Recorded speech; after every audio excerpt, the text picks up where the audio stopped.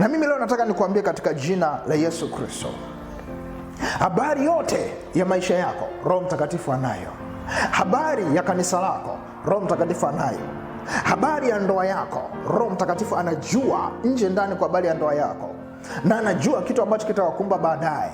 Na kwa sababu hiyo Mungu alitupa neema, huyo Roho Mtakatifu akae ndani yetu ili atupashe habari ya mambo yaliyoko sasa na atupashe habari ya mambo yajayo. Ndicho Yesu alichosema kwenye Yohana 16, atatupasha habari ya mambo yajayo ili tuweze kujua namna ya kuenenda katika kile ambacho atatueleza, namna ya kuomba ili vitu visitokee, namna ambavyo Mungu atatupa hekima na maamuzi ili tusije tukafeli, ili tusije tukaanguka kimaisha, ili isije ndoa yako ikaanguka, wasije watoto wako wakaanguka, isije biashara yako ikaanguka, isije uchumi wako ukaanguka, au chochote kile ambacho Mungu amekupa kukifanya kisije kikaanguka.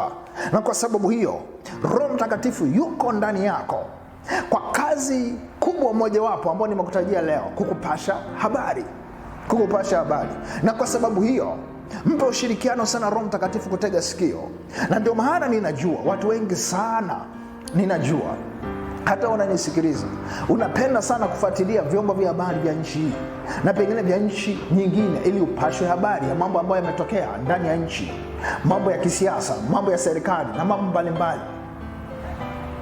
Na kwa sababu hiyo natamani kiu hiyo ulio nayo ya kusikiliza habari za ulimwengu huu wa mwili, kiu hii ingie ndani yako, usikilize habari za ufalme wa mbinguni ambazo zinakuhusu wewe na familia yako na kanisa lako na maisha yako kiujumla.